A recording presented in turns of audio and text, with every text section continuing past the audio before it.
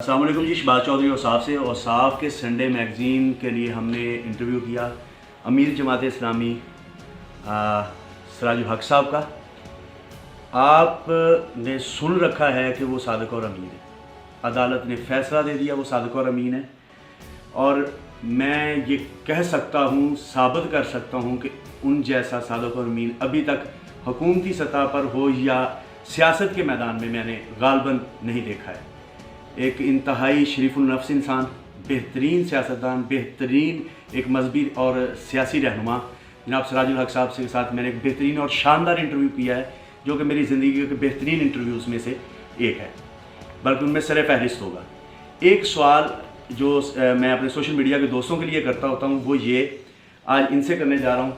جناب سراج الحق صاحب، P D M اور حکومت، آپ میں سے کوئی ان دونوں میں سے آپ کو کوئی شریکت کی دعوت دیتا ہے تو آپ کس کے ساتھ شامل ہوں گے، اور دونوں کو آپ دیکھتے کہاں پر؟ بسم اللہ الرحمن الرحیم۔ دیکھیے، پی ٹی آئی اور پی ڈی ایم میں جو شامل جماعتیں ہیں، مسلم لیگ، پیپل پارٹی وغیرہ، جی ان کا ماضی بھی ایک ہے، ان کا حال بھی ایک ہے، اور ان کا مستقبل بھی ایک ہے۔ ان کے درمیان لڑائی عوام کے لیے نہیں ہے، نہ پالیسیوں پر اختلاف ہے۔ ورلڈ بینک آر ایم ایف کی غلامی پر ایک ہے، تعلیمی پالیسی، صنعتی پالیسی، زرعی پالیسی، کشمیر پالیسی، یہ ایک ہی پالیسی کے علمبردار ہے۔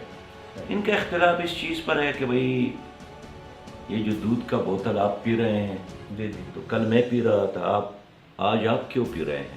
لیکن آہستہ آہستہ وہ جو بوتل ہے نا جی، اس میں دودھ ختم ہوا ہے۔ ہاں، تو میں یہ کہنا چاہتا ہوں کہ اس لیے ہم نے عوام کی نمائندگی کے لیے علیحدہ رہنے کا فیصلہ کیا کہ ہم ایک آپشن کے طور پر موجود ہوں، اور نہ میرا نیب کا مسئلہ ہے، نہ میرا کوئی شوگر مل کے بل کا مسئلہ ہے، نہ بجلی کا کوئی مسئلہ ہے، نہ کارخانے کا کوئی مسئلہ ہے۔ میرا مسئلہ ہے غریب عوام کی۔ مہنگائی ہے، بے روزگاری ہے، بد امنی ہے، دوائی کی قیمتوں میں اضافہ، خوراک کی چیزوں کی قیمتوں میں اضافہ۔ تو میں اس کے خلاف لڑ رہا ہوں کہ عوام جینے کے قابل ہو جائے، اور اس حکومت نے لوگوں سے جینے کا وہ سکت لے ہے، اور اس لیے آپ دیکھتے ہیں کہ جو ڈگری ہولڈر بے روزگار نوجوان ہیں جی، ان سے بھی اس حکومت نے مسکراہٹ چھین لی ہے۔ تو اس کا فیصلہ یہ ہوا کہ آپ پی ڈی ایم یا حکومت کے ساتھ نہیں بلکہ عوام کے ساتھ کھڑے ہیں؟ میں عوام کے ساتھ کھڑا ہوں، عوام کے لیے نکلا ہوں، عوام کے لیے جلسے کر رہا ہوں، عوام کی بات کر رہا ہوں، خصوصاً مظلوم اور مجبور اور غریب عوام کی بات کر رہا ہوں۔ باقی رہی وہ جو وی آئی پی ہے، جو پی ٹی آئی میں بھی ہے، جو پی ڈی ایم میں بھی ہے، آپ نے نہیں دیکھا ابھی اثاثوں کے بارے میں آپ نے پڑھا کہ ارب پتی ہے، کروڑ پتی ہے۔ تو آپ مجھے بتائیں کہ ایک کارخانہ دار کیسے مزدور کی وکالت کر سکتا ہے؟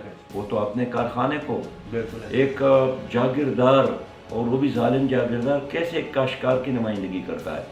ایک ارب پتی اور کروڑ پتی غریب مزدور کا درد کیسے محسوس کرتا ہے؟ اس لیے آپ ترقی نہیں کر سکتے جب تک آپ کے قومی اسمبلی اور سینٹ میں ایک غریب کا بیٹا، ایک کاشتکار کا بیٹا، ایک مزدور کا بیٹا، ایک اچھا ڈاکٹر، ایک اچھا وکیل، ایک اچھا دکاندار وہاں نہ پہنچے۔ بہت شکریہ سر، بڑی مہربانی، بہت اچھا لگا آپ کے لیے انٹرویو کے لیے، اوصاف کے لیے بھی، اور یہ میرے سوشل میڈیا کے دوستوں کے لیے بھی۔ جی السلام علیکم۔